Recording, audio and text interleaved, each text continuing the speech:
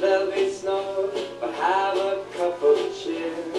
Have a holly jolly Christmas, and when you walk down the street, say hello to friends you know and everyone you meet.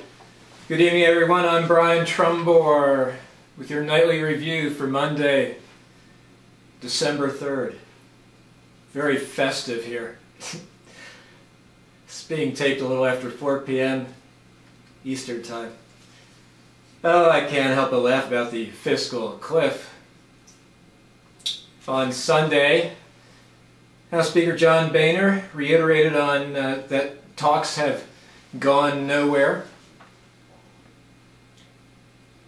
He said he will agree to close tax breaks, but not raise taxes. Treasury Secretary Geithner appeared on all 5 Sunday shows. Republicans must accept hikes in tax rates for the wealthy. There is no path to an agreement that does not involve Republicans acknowledging that rates have to go up on the wealthiest Americans. Geithner said the White House might agree to making changes to Medicare and Medicaid, but waiting for Republicans to offer specifics. Senate Minority Leader Mitch McConnell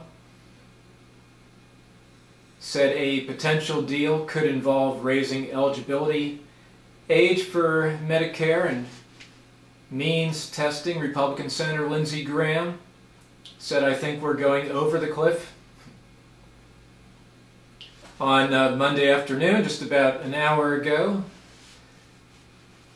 House Speaker Boehner and other Republican leaders outlined a deal they said would achieve a net savings of $2.2 trillion, largely based on Erskine Bowles' commission.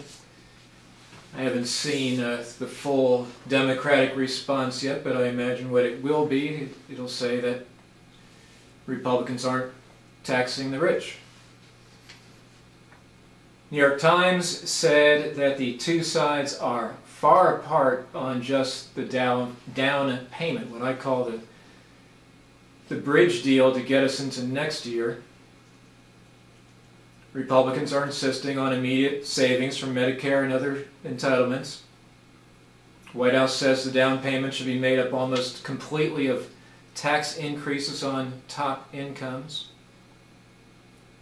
Whatever they come up with must be credible, and that's where I think they'll fail. And we still have this whole debt ceiling debate. Today in the markets, the Dow Jones was down 59 points, or 0.5%. S&P fell 6 points. NASDAQ down 8 to 3,002. The Dow is at 12,966. Gold at $17.19. Oil $89. The 10-year Treasury 1.63%. It didn't help today, aside from all the fiscal talk, fiscal cliff talk. It didn't help that the ISM for November, the Institute for Supply Management's factory index, fell to 49.5, the lowest since July of 2009, when the expectation was for 51.5. And of course 50 is the dividing line between growth and contraction. Eurozone manufacturing fell a 16th month, though the index rose there from a putrid 45.4 to equally putrid 46.2. The good news was that China's official PMI came in at 50.6 for November, and it was confirmed by HSBC, whose final report for November is 50.5. So they were both close, and significantly the HSBC report was better than the 49.5 in October. Briefly on the issue of Greece, Chancellor Angela Merkel of Germany said Euro leaders might consider writing off debt once the country has a budget surplus, but that's not expected until 2014 or 2015, conveniently after the German elections. in September of next year. The Eurozone consensus is Greece must stay in the Union. Today, Greece launched a first stage of a bond buyback aimed at reducing debt. I just went my last training run for my half marathon. I'm running on a Saturday in South Carolina.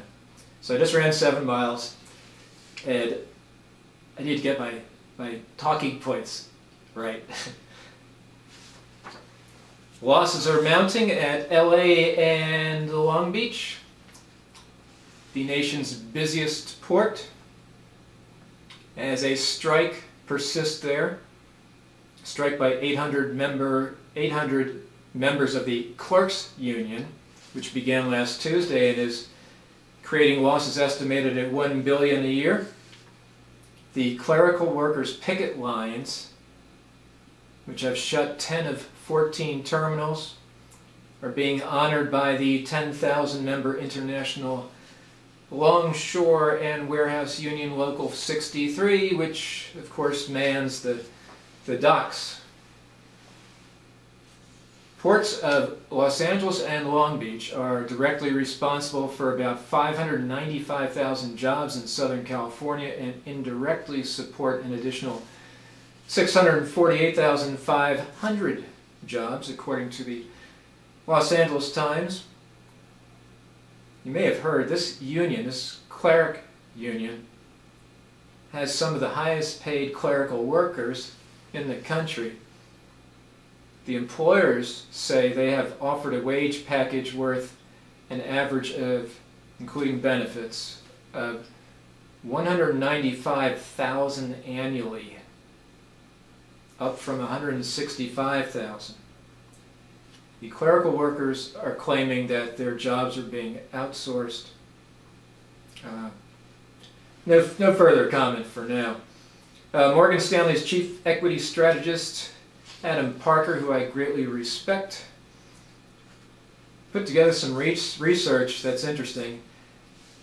90% of the profit growth in the S&P 500 comes from just 10 stocks, or 2% of the stocks, 90% of the profit growth. And the 10 stocks are Apple, Bank of America, AIG, Goldman Sachs, Wells Fargo, JP Morgan, IBM, Citigroup, General Electric, and Western Digital. Turning to the Middle East, in Egypt, President Mohamed Morsi called a December 15 referendum on the draft constitution written by Islamists. At the same time, the Supreme Constitutional Court joined a judicial rebellion against Morsi and his declaration of sweeping powers and called a strike of their own, the first for the Supreme Constitutional Court since 1919. I found that rather remarkable. The opposition plans a march on the presidential palace tomorrow, Tuesday. In Syria, Secretary of State Hillary Clinton warned Bashar Assad today not to use chemical weapons. This is a red line for the United States. She said, "We are certainly planning to take action if that eventuality were to occur." There has been heightened activity at some of the weapons sites. Remember, I told you that Hezbollah has camps in Syria near some of these sites as well. The Syrian Foreign Ministry said the government would not use chemical weapons if they had them, wink wink, against its people under any circumstances. Syria's most senior army defector said over the weekend, "I don't know when or how Assad will use chemical weapons, but he uses the Air Force and tanks against his people, so using chemical weapons would be part of the same logic. He may use them when the end comes," which would be my feeling. In Israel, I told you Thursday, November 29, was going to be a big day as far as the decade. I'll keep going back to that date. Of course, this was last Thursday was the day the UN had a de facto recognition of Palestine. Israel's now fighting back. First, it announced it would build 3,000 housing units in the West Bank and East Jerusalem, which it had been holding back on as a carrot to Palestinian President Mahmoud Abbas. But then he went ahead anyway with the UN move, and so Israel is striking back. On Sunday, it confiscated $115 million in tax revenue that Israel is holding for the PA as part of the 1993 Oslo Accords. These funds are used to pay PA, Palestinian Authority, salaries, but instead Israel is using this $115 million to pay the PA's debts to Israel Electric Corporation, which supplies the Palestinians with power. Israeli Prime Minister Netanyahu is furious, called the Palestinians' bid for enhanced UN recognition a gross violation of their agreements with Israel, and insisted he would push ahead with further settlement building. He said on Sunday, "Today we are building and we will continue to build in Jerusalem and in all areas that are on the map of the strategic interest of the State of Israel." Abbas refuses to return to the peace talks without a freeze on settlement building. And in North Korea, they have vowed to carry out the second rocket launch of the year. I told you last week that there was a lot of activity there. Well, on Saturday, they formally announced, as Kim Jong-un flexes his chubby muscles, the state news agency announced the decision to launch, and then Seoul's foreign ministry said in a statement that the move was a grave provocation. Japan's news agency said Prime Minister Noda has ordered ministries to be on alert for the launch. The U.S., of course, is on alert. North Korea is banned from conducting missile or nuclear-related activities under United Nations resolutions imposed after Pyongyang carried out nuclear tests, although it says its rockets are used to put satellites into orbit for peaceful purposes. The failed April rocket launch took place to celebrate the 100th anniversary of the birth of founder Kim Il-sung, and the latest test will probably take place around December 17th, which is the date of the death of former leader Kim Jong-il last year. But it also comes as South Korea is gearing up for a December 19th presidential election in a vote that pits a supporter of closer engagement with Pyongyang against the daughter of South Korean dictator Park Chung-hee.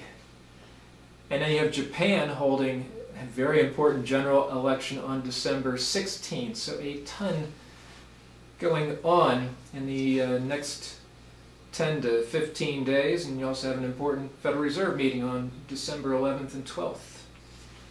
Finally, the Duchess of Cambridge is expecting a baby. The royal baby will be born, third in line to the throne after Prince Charles and Prince William. And as we've learned the other day, Prince Charles is getting very impatient. That's all for tonight. I'll be back with you on Tuesday. Keep the men and women of our armed forces in your thoughts and prayers. And for more stuff, go to stocksnews.com. In a moment, the dramatic Christmas tree lighting for the nightly review. Take care.